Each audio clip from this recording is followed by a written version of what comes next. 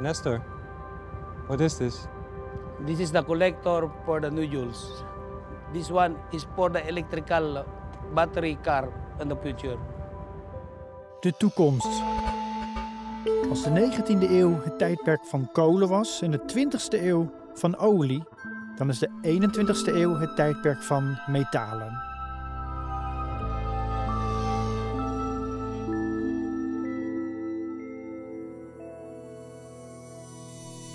In de diepzee liggen gigantische hoeveelheden kobalt, nikkel en koper schijnbaar voor het oprapen. Ze zijn essentieel voor het maken van onder andere smartphones, laptops en gevechtsvliegtuigen. Maar vooral voor onze elektrische auto's, zonnepanelen en windmolens. Door de energietransitie zullen we de komende 30 jaar meer van deze metalen moeten mijnen dan in de hele geschiedenis van de mensheid bij elkaar. We staan daarmee op een cruciaal moment en aan het begin van een geopolitieke race om deze metalen veilig te stellen. Maar met een duivels dilemma. Want om deze grondstoffen te winnen, veroorzaken we onherroepelijk schade aan de natuur. Dit is Tegenlicht. Welkom in een nog onontgonnen onderwaterwereld.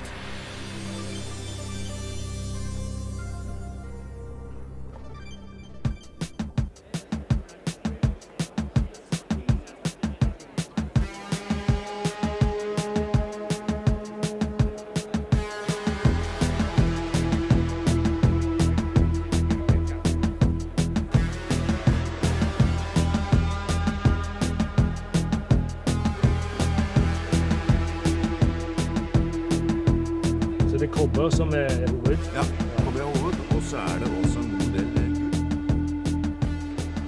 I am here to try and convince the mining industry and investors that we should not ignore the huge resources of critical minerals that are in the deep ocean. The mineral companies or the terrestrial mining companies probably see deep sea mining as a threat because they cannot use their skills there. I'm coming from the oil and gas industry, and these two industries needs to work together. The oil and gas industry can do the extraction of the deep sea minerals, while the mining companies can do the processing. So that's kind of a mission where I'm on, trying to connect the mining industry with the oil and gas industry. We need to look at the deep ocean as an alternative, because who is providing us with these minerals today? It's China. And we read the news yesterday that China is starting to stop export of certain minerals, and this is just the beginning, because today 70% of the nickel is concentrated in approximately in Indonesia, controlled by the Chinese. 70% of the mines in Congo, the cobalt, is controlled by the Chinese. So we have to make a choice. Where are we going to get these resources? Where are we going to have a secure supply? Yeah. Hi. That's me, really. What? Igor. Okay, yeah. I think we managed to link like 3 years ago. Okay. I have a big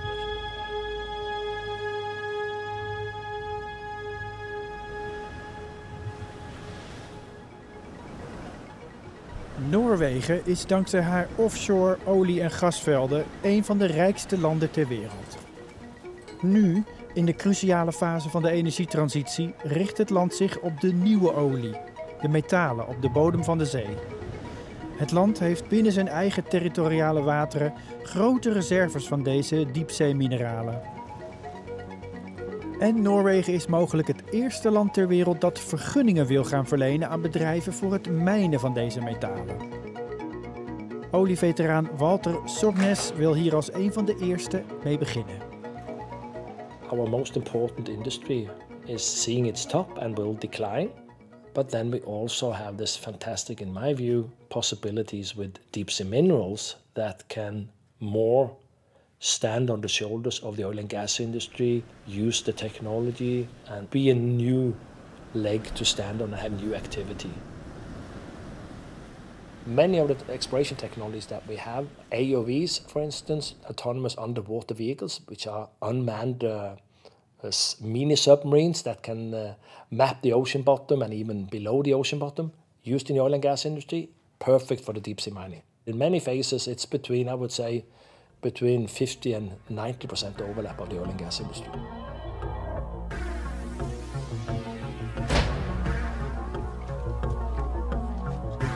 In de Norwegian Offshore Directorate, een Noorse overheidsinstantie, worden sinds de jaren 60 bodemmonsters verzameld van de Noorse olie- en gasvelden. Maar sinds kort is er iets nieuws bijgekomen: diepzeemineralen. In een klein hoekje van het oude magazijn liggen de eerste monsters. Fra 4000 meter. Fra 4000 meter, ja. Ja, Grønlandshavet. Ja, og Ja. det er jo der vi tenker det er mest prospektivitet. Ja, Tjukkast tjukkast skorpe. Opp til 40 centimeter. Ja. Ja. Ferskvare. Dette er ferskvare. In the Norwegian water, we have so far found 2 different seabed minerals, being the sulfides, which we'll look at now, and also the manganese crust. So for the sulfide, they are actually made in a process where you have volcanic activity. The water is heated up, and it will then move up and bring with it several different heavy minerals, which then make these sulfide structures.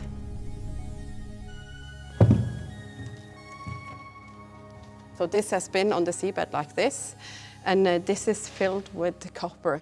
On terrestrial mines, the enrichment of copper is going down to 1%, and here significantly higher than terrestrial mines. So that's the attractiveness with this. Yeah. So we have actually analyzed a bulk sample, meaning like one full sample like this with the average copper content was 29.5%, which if you compare to 1%, it's really enriched in copper. If you talk about copper, one example is of course the electric cars. And if you think about the windmills, onshore, offshore, they are wired with copper. And if you think transport of electricity, it's copper in there.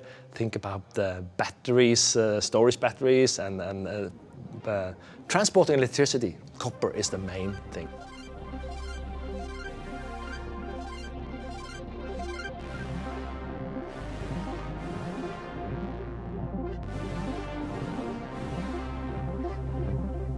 This is the second seabed mineral that we have observed on the Norwegian continental shelf. So this is manganese crust. This is deposited on subsea mountains, and they are precipitated from the seawater right onto the bare rock. And it grows approximately 1 centimeter a year. So we have observed up to 40 centimeters or more. You mean million year? Yeah, Yeah. per million year. Yeah, 1 yeah. centimeter per million year. So in 40 million years, you get 40 centimeter thickness of the manganese crust. Yeah, so crust is what we have been focusing on in Norway because it's a polymetallic. You have rare earth minerals, you have scandium, vanadium, titanium, and here is also high cobalt content. So it's 4 to 5 different metals.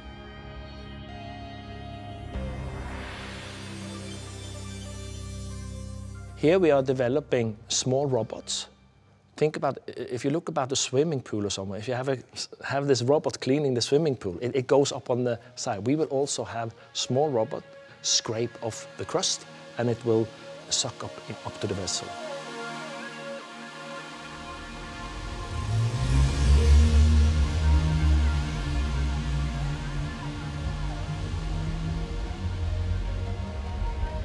So one vessel can produce around 4,000 tons of cobalt per year. Today, Europe is producing 2,000 tons, mainly from Finland. So you see, just with one vessel, we can more than double, we can triple the European production of cobalt. And how many vessels we can have in Norway? We have a lot of mountains, not only on land, but also on sea. And so we could have 10, 15 vessels at least. And when do you expect to be in production? We think we can deliver a PDO, or a field investment decision, in 31. And then we think it's production in 33. So it takes a long time. Well, it takes a lot of time to take a terrestrial mine. In the US, it takes 25 years from discovery to, so this is actually quite fast. So that's the dilemma with the green transition. People want it now, but say with copper, going from 25 to 30 million tons per year, it's going to take years. This is not the switch you can turn on.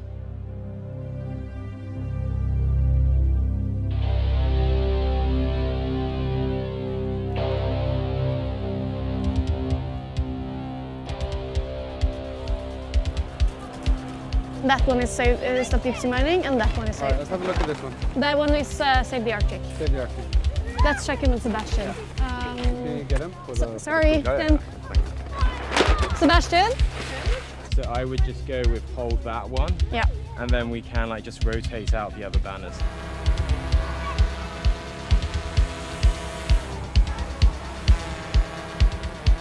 Oh, this is gonna be great.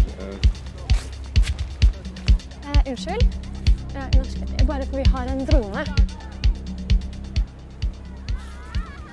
One of the big issues is the lack of knowledge about the area where Norway wants to start deep sea mining. The scientists have been unified in their response that we know way too little to start opening for deep sea mining as of now, with the consequences for both the deep sea but then also the full water column.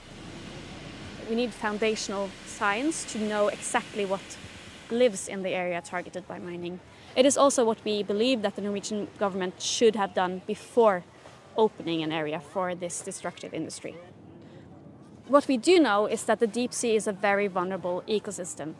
Several of the organisms that live there, they live very long lives, they develop slowly, they reproduce slowly, and they have little access to nutrition and light. All of this makes them very vulnerable for human impacts. So indications from scientists show that some mining operations could have extremely long-lasting environmental consequences. So we risk destroying nature for all of humanity. With the fight for the deep ocean, we have the chance of stopping a destructive industry before it starts. We are in the middle of a climate crisis and we need functioning ecosystems. And for me, when my government that have been trying to push to better preserve the planet we live on, when they decided to become one of the first countries in the world to push this industry, it was devastating to me because it seems like the Norwegian politicians are stuck in this exploitative mindset.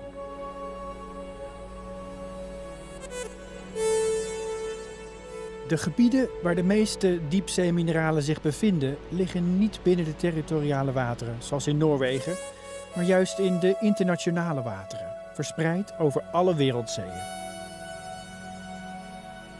Het meest aantrekkelijke gebied is de zogenoemde Clarion-Clipperton Zone, een gebied ter grootte van de Europese Unie, gelegen in de Stille Oceaan.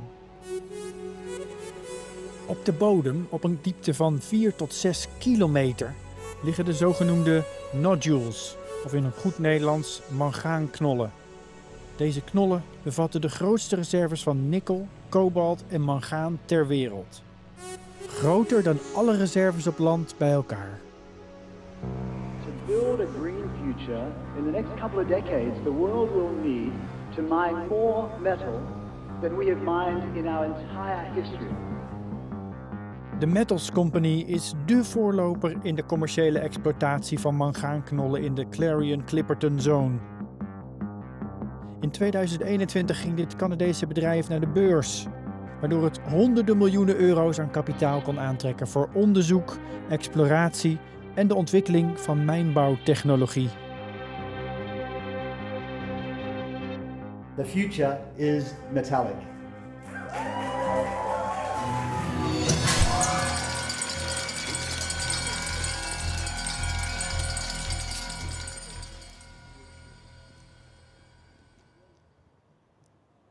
On land, many resources are formed through volcanogenic activity or through leaching over many millions of years. These nodules form by very slow precipitation. So they precipitate the metals that are in the seawater or the sediment. In here you have nickel, copper, cobalt, and manganese, plus a lot of rare earths. And we're going to need a lot more of these metals. This 20 billion tons of nodules will be developed. The question is, will it be regulated in the way that it should be regulated? De regels rond diepzeemijnbouw in internationale wateren moeten komen van een onbekende, maar belangrijke organisatie gevestigd op Jamaica. De zogenoemde Internationale Zeebodemautoriteit, de ISA. Deze werd opgericht door de Verenigde Naties op basis van het Zeerechtverdrag van 1982. I therefore declare the convention package adopted. De 167 landen die lid zijn van de ISA hebben tot nu toe 31 vergunningen verleend voor onderzoek. Maar daadwerkelijk mijnen is nog niet toegestaan. De zorgen over de verdeling van de welvaart tussen rijke en arme landen en de impact op het milieu zijn nog te groot. Om die zorgen een stem te geven zijn er naast de landen ook milieuorganisaties bij de vergadering aanwezig, zoals Greenpeace en de Deep Sea Conservation Coalition. Up until recently, it was mostly governments getting licenses for their national research agencies or national maritime agencies. But beginning in the 2010s, a number of private companies started applying for exploration licenses with a view to actually doing the mining. And the only way a private company can actually get a license for exploration, which is a precursor to exploitation, actual mining itself, is to find a country that's a member of the International Seabed Authority to sponsor its application. These are the so-called sponsoring states. Developing countries were given reserve areas, which are known nodule-rich areas, to allow them to compete with developed countries. But that's proved to be something of a loophole because what's happened now, particularly since the early 2010s, is that a number of Western-based companies have gone through developing countries to gain access to these reserve areas. We have an area sponsored by Nauru, an area sponsored by Tonga, and then we have the rights over an area that Kiribati hold. You know, I've spent a lot of time with Pacific Island leaders because clearly we're sponsored by Pacific Island countries and said, look, there's an economic opportunity here that would be very beneficial for your country. You don't have to invest any money. We'll invest all of the money. So you have, for example, the case of the Metals Company, technically headquartered in Canada, but did not ask the Canadian government to sponsor it for a license. It went to Nauru. And it did that because it knew it would save a lot of money on trying to find these nodules, that the sponsoring state was not likely to exercise strong control over the Metals Company because it's a small country, a country of 10,000 people. A little bit of money would go much further in terms of convincing Nauru, for example, again because of its population, to sponsor the Metals Company than a country like Canada. I think the International Seabed Authority is at a bit of a crossroads right now because there's a lot of pressure on by some countries, such as Norway, to some extent China, Nauru certainly, and some of the other South Pacific island nations, Cook Islands in particular, to wrap up the negotiations on the exploitation regulations, adopt them, the so-called mining code, and be open for business. Let's go mining. Well, when the member states meet in March and then again in July, you know, I'm confident that they can get it done in 2025. We hope in 2026 we'll have a license to move into commercial production. When would you like to start? As soon as possible after that.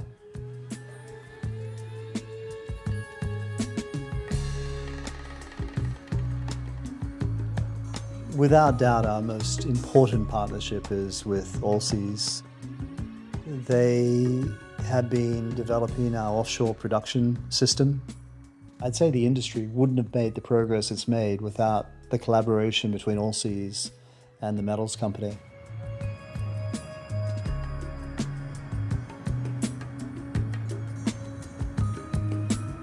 Pieter Herema trad 2 jaar geleden in de voetsporen van zijn vader Edward, die in 1985 het offshorebedrijf Allseas oprichtte.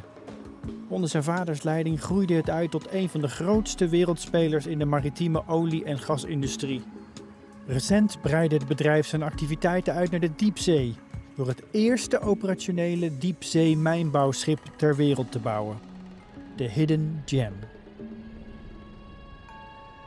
Allseas is een bedrijf wat zwaar constructiewerk doet op zee. En dat is traditioneel voor de olie en gas. Tegenwoordig ook voor andere industrieën zoals de wind. En Allseas kenmerkt zich doordat ze haar eigen technologie ontwikkelt. Eigen schepen zelf heeft ontwikkeld. En eigenlijk altijd probeert de industrie door technologie een stap vooruit te brengen. En zo kwam ook het idee voor diepzeemijnbouw op, omdat dat extreem diep water is, nog dieper dan wij daarvoor hadden gewerkt. En ook weer in hele zware weersomstandigheden moet plaatsvinden. En daar zijn wij over het algemeen goed in. In 2022 voerde Allseas in samenwerking met The Metals Company een test uit in de Clarion-Clipperton Zone met hun schip de Hidden Gem. Hierbij zijn voor het eerst sinds de jaren 70 op grote schaal mangaanknollen gemijnd.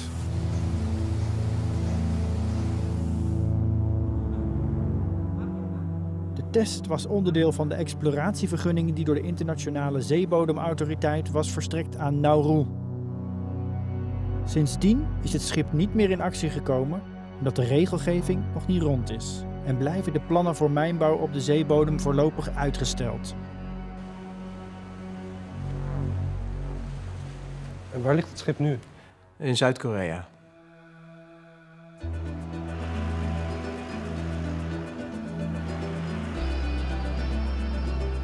Het schip ligt nu eigenlijk stil. We proberen de kosten voor het schip laag te houden en daar bleek Zuid-Korea een goede plek voor. Er is bemanning aan boord en die zorgen dat het operationeel blijft. Dat mocht er zicht zijn op de regelgeving, dat wij kunnen beginnen. Het is wel een goede naam ook, hè, Hidden Gem. Vind je niet? Past wel weer.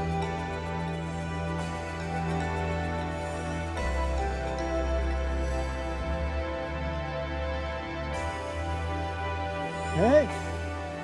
Mr. Brown! How you doing, man?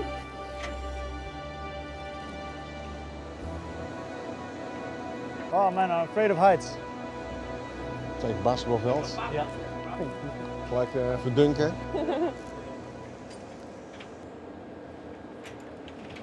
Hey. Thanks. Thank you. Hi, sir. Hey, Marjolein. Long time no see. How are you? Yeah, long time no see. Yeah, good. Je staat alweer 2 jaar hier boven water, dus dat kan alweer een schilder met gebruiken. Dat gaat hard, hè? Ja, de zuidlucht. Dus dit is de collector die we getest hebben tijdens de pilot mining test in de Clarion-Clipperton Zone. Om hem naar de zeebodem te brengen moet hij 4,3 kilometer zakken. Dat duurt dus ook wel even, ongeveer 4 à 5 uur voor de hele operatie. Die diepte maakt het ook natuurlijk complex dat alle componenten, pompen, hydrauliek, etc. moeten ook allemaal werken op die diepte. Ja, dus dit zijn de nozzles waarmee de nodules opgepakt worden. Hier wordt water langs gespoten en vervolgens krijg je hier dus een zuigend effect, waardoor de nodules, de collector, hier zo ingezogen worden. En we hebben, die hele nozzle is in hoogte verstelbaar. We hebben dus verschillende hoogtes ook getest, dus verschillende hoogtes van de onderkant van de nozzle tot het zeebed. Van hoe pakken we dan zoveel mogelijk nodules op, terwijl we de bodem zo min mogelijk verstoren.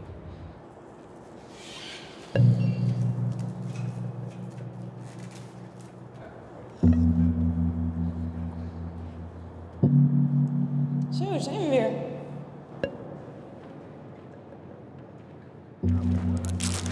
Ruim 3000 ton in totaal heeft er in het ruim gelegen. Ja. En jullie hebben ook op die berg gestaan toen het vol zat?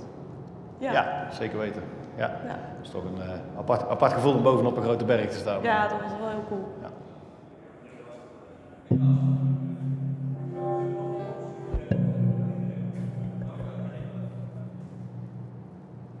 Van een afstandje lijkt het alsof het geen meters zijn, maar het zijn wel meters. 5,5 meter heeft hij opgelegen.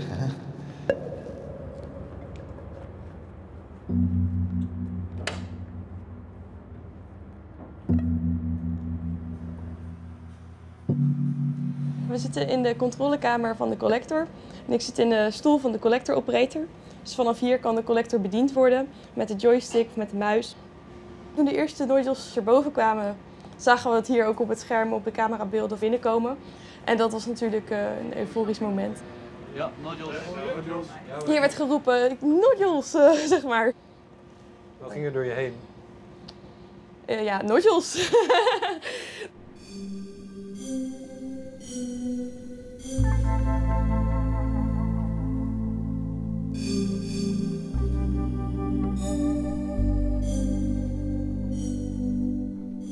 When you look over these polymetallic nodule fields, at the first glance, to be honest, they seem a bit boring. But if you start looking a bit more in detail, you see that every 2 to 3 to 5 meters, there is also an animal on it that you can see easily with your eyes. So there are sponges, there are corals, there are sea urchins and brittle stars and so on. So what I have learned is that there is a lot of different life forms on polymetallic nodule fields. We are still like blown away as a scientist by how high the biodiversity is, and we cannot really understand it. And every time we find new species, new life.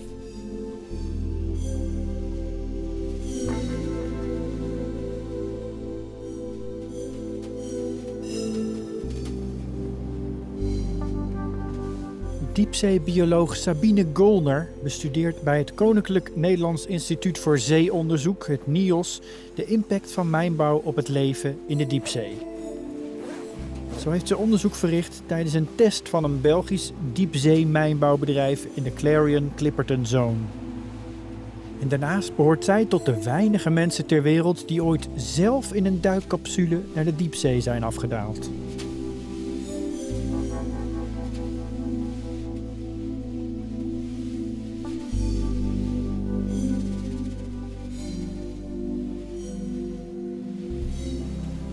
So here you can see some of the sponges that we collected during our last expeditions. Here you can still see where it was attached to the nodule. So you have to imagine this, you can also see the imprint here, this was attached here to this nodule. So you can see very nicely that sponges like this stalked sponge, they need the nodule as a habitat to live on. And these sponges are not found in sediments or also not found on any other hard substrate. They're really dependent on those nodules to be able to live. And what's the function of such a sponge? So a sponge is a filter feeder, so it filters water.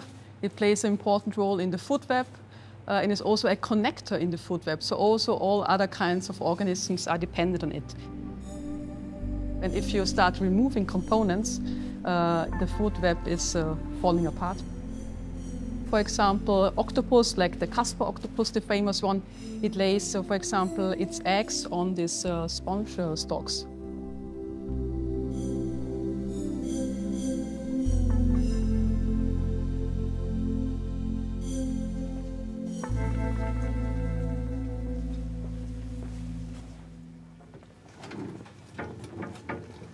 So this is an instrument that was also deployed in Clarion-Clipperton fracture zone and was measuring the plume impact from the collector test.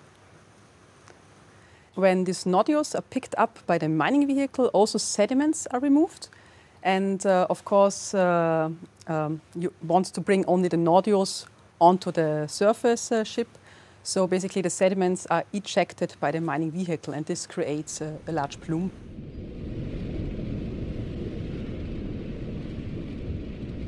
It is very likely that these plumes will also impact life in the deep sea.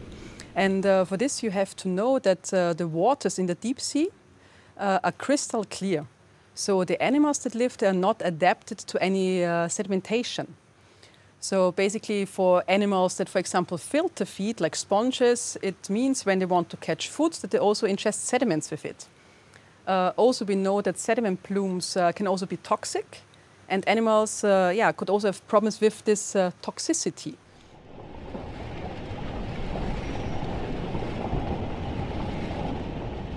Hier komt het sediment met water in een soort van pluim komt het eruit. De vorm van de diffuser is helemaal geoptimaliseerd om die pluim zo laag mogelijk te houden en te zorgen dat hij zo snel mogelijk weer neerslaat. En uit de eerste testresultaten bleek het eigenlijk best wel goed te lukken. De voorlopige resultaten zijn dat 95% van het sediment binnen enkele dagen, binnen 500 meter, weer neergeslagen is. Dus dat is een heel goed eerste resultaat.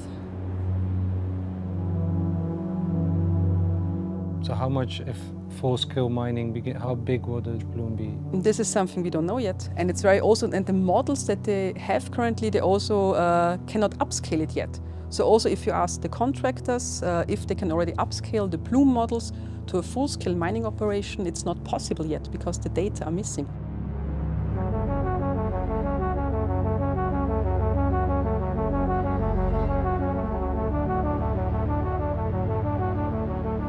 When you study the deep sea, you see a huge diversity of life that seems to us very strange, like aliens.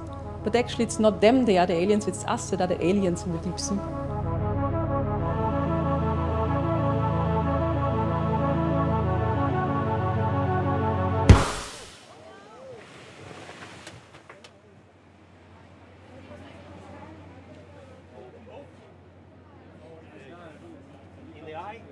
We could sew it, because I have no problem like crawling in and Yeah, no, I mean, because you can sit inside, like it is designed to have someone inside for actions.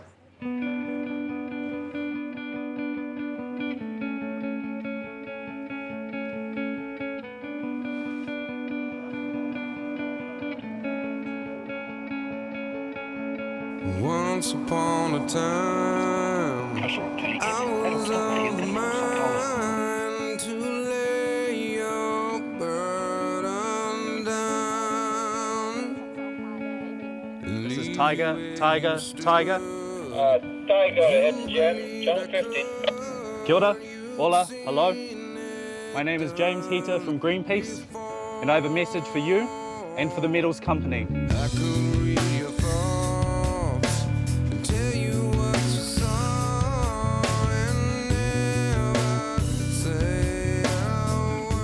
For too long, Indigenous peoples have been pushed aside in the name of neo-colonial extractive industries. Deep sea mining is yet another example of colonial forces exploiting Pacific land and seas.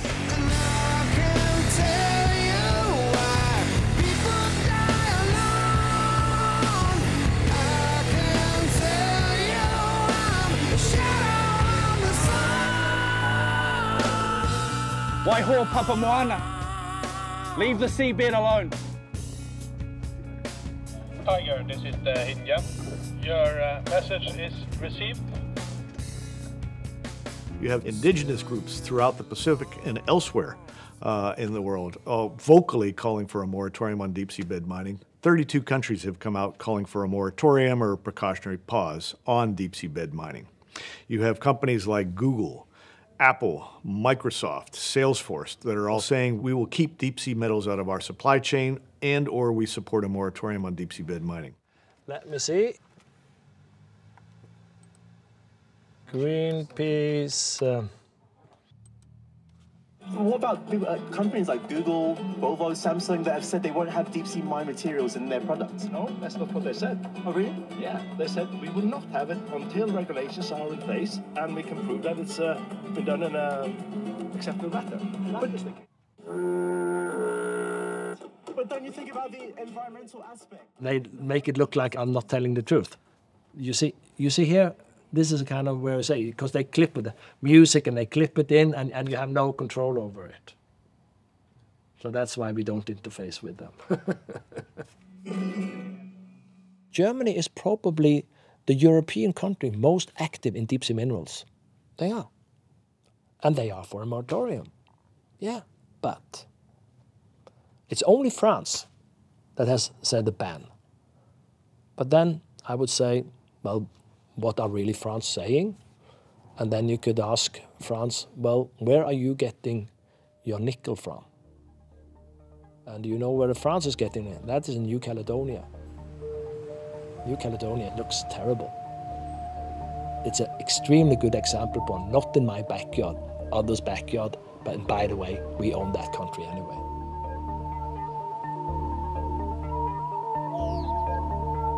The reality is that mining is a pretty dirty business, and it all happens away from where you can see it. And of course, what has happened is that we've outsourced the mining to the developing world. But when you do that, you're also outsourcing the regulatory oversight. And so the regulations that govern a lot of that mining wouldn't stand a chance of being approved in the developed world. Indonesia is a classic case. They have an abundance of what we refer to as rainforest nickel or nickel laterite. It's around the tropical rainforest that these laterites form. Now, the problem with them is that to get access to them, you have to remove the rainforest. And you have to remove the people living in the rainforest, often indigenous communities.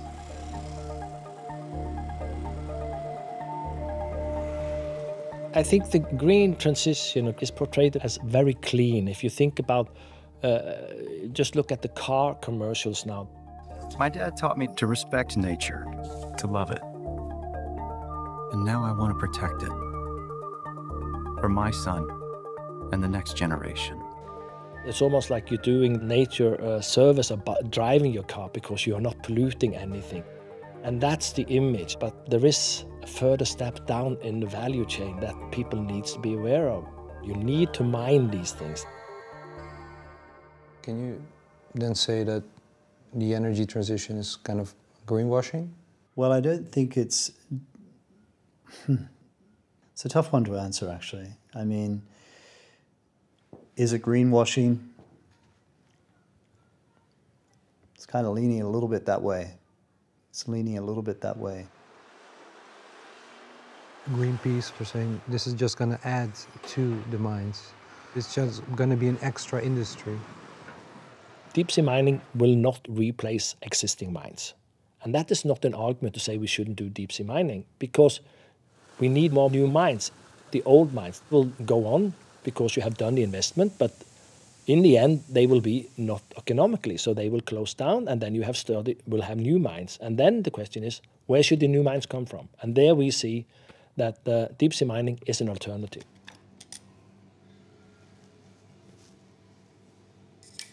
Mining is never sustainable, no matter where you are. It's not sustainable in the deep sea, it's not sustainable on land. A rainforest needs probably 10,000 of years to recover, so also long time scales. But when you compare this, for example, to polymetallic nodules, you would create an impact and a change in the environment for millions of years, because this is the rate of nodule formation. No mining is going to be sustainable. It's not a renewable resource. So we cannot ever find a way to mine minerals that will regenerate themselves.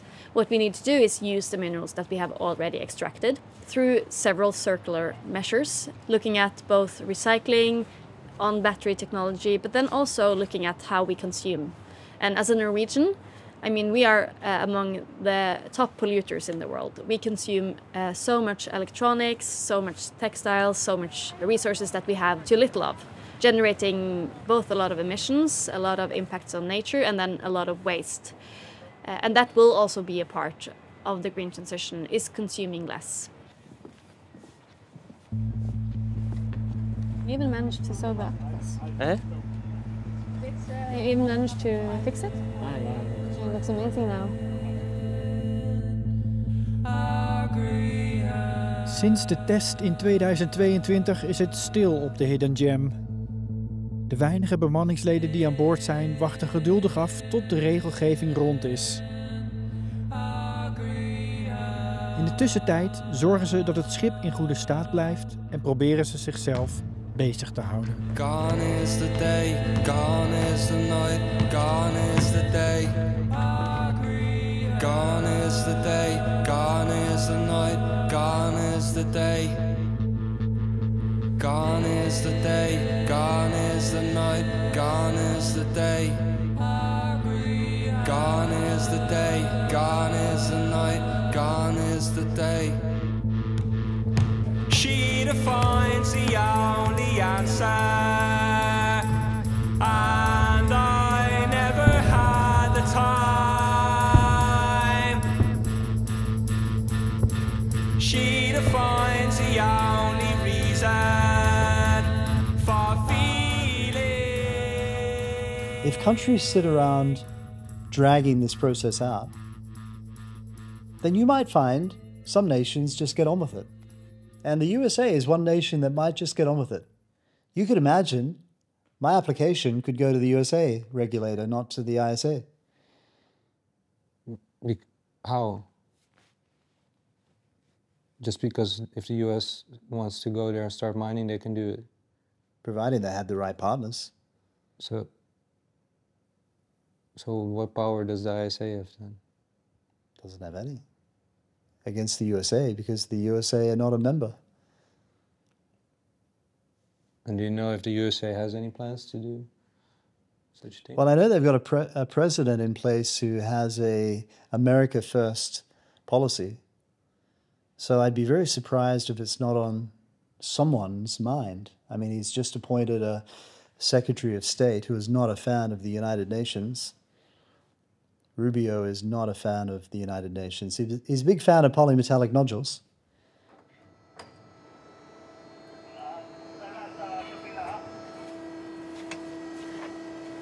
The metals company would like to start as soon as possible. Does Allseas want to start as soon as possible? I don't know. It's just my guess, but I'm sensing some hesitation on the part of Allseas. Not just hesitation, but just a reality check. And this is something that the other private companies have already gone through. One of the biggest advocates for deep seabed mining was Lockheed Martin, the military industrial company in the US. The UK sponsored their application for a mining license with the ISA in the early 2010s. They couldn't get the United States to do it because the United States is not a member of the International Seabed Authority. In 2023, they pulled out. No fanfare, no press release, no nothing. They sold off their subsidiary in the UK that actually had the license to a company called Loki in Norway that got ownership of what's called UK Seabed Resources, which at the time was a subsidiary of Lockheed Martin. So that was the biggest company that was interested in doing the nodule mining. Lockheed did not give a reason as to why they pulled out. But I think probably the reason was they didn't see the ISA adopting regulations anytime soon.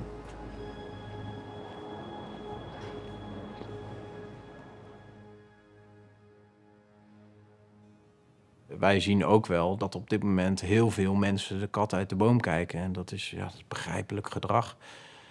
Wij zitten er natuurlijk wat dieper in. Dus voor ons is er meer reden om nog even aan te houden. En mag ik vragen hoeveel jullie hebben geïnvesteerd? Dat loopt in de honderden miljoenen. En jullie hebben zelf ook licenties? Ja, dat klopt. Wij hebben zelf een licentie waar onze sponsorstaat Jamaica is. En dat heet Blue Minerals. En dat hebben we een aantal jaar geleden hebben die gekocht. Waarom? In sommige gevallen zijn onze schepen daar toch voor onderzoek in het gebied van de Metals Company. Ja, en heb je ook bepaald voordeel dat als je daar toch bent, kan je allerlei testen doen. Maar je is ook investeerder in de Metals Company? Ja, dat klopt. Toen de Metals Company naar de beurs ging, zijn wij ook ingestapt. We zijn een van de grotere aandeelhouders. We hebben een kleine 20% van de aandelen. Dus zonder Allseas heeft TMC eigenlijk niet zoveel? Nee, behalve als ze een andere offshore partner hadden gevonden die het net zo goed had gedaan. Maar die zijn er niet? Er zijn er minder van, ja. Zou je dan kunnen stellen dat jullie de grootste of belangrijkste spelers zijn in de diepzeemijnbouwindustrie? Ik denk op dit moment wel.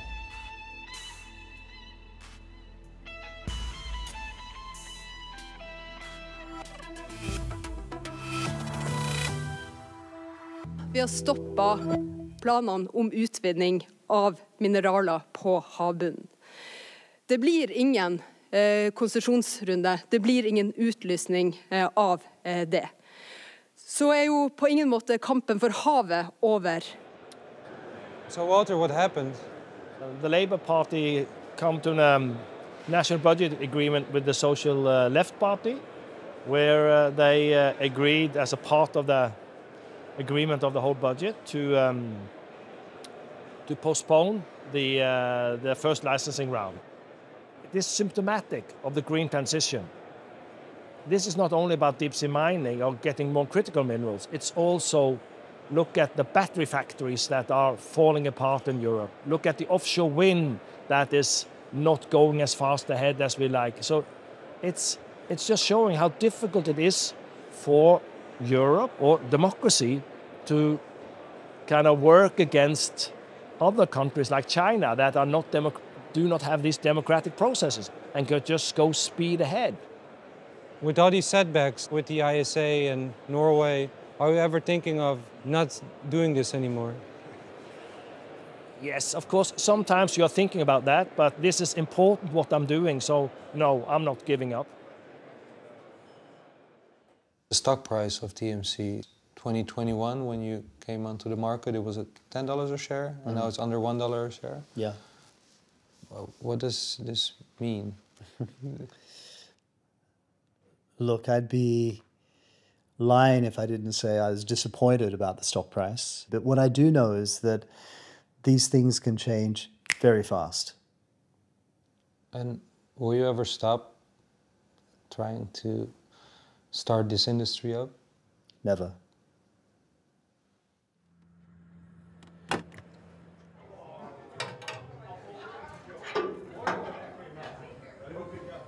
Kijk.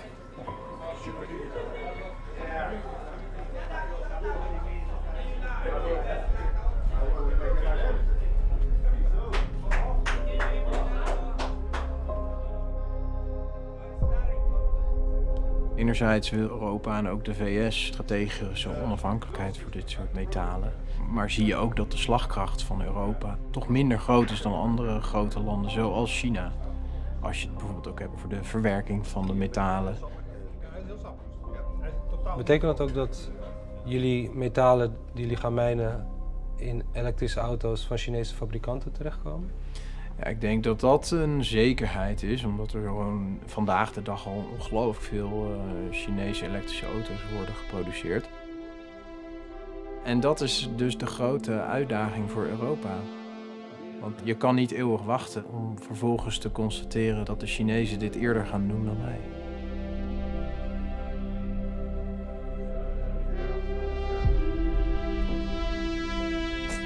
I was playing bass guitar here, that band before. This is me, and this is Chief Engineer Michel. This is one of the Brazilian guy, our drummer, and one of our lead guitars and the pianist. When will you play again?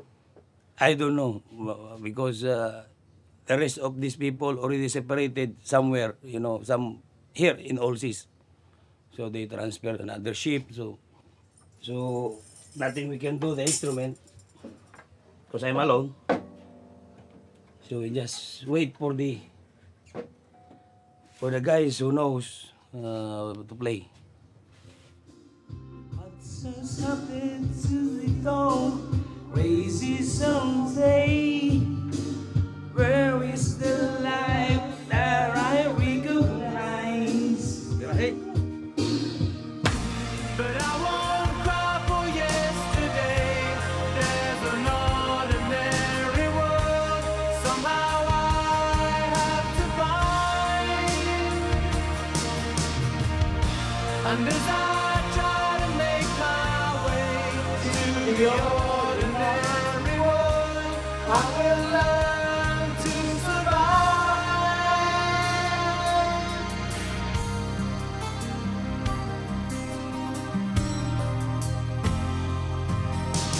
Passion or coincidence once prompted you to stay. Pride will tear us both apart. What is happening to me? Crazy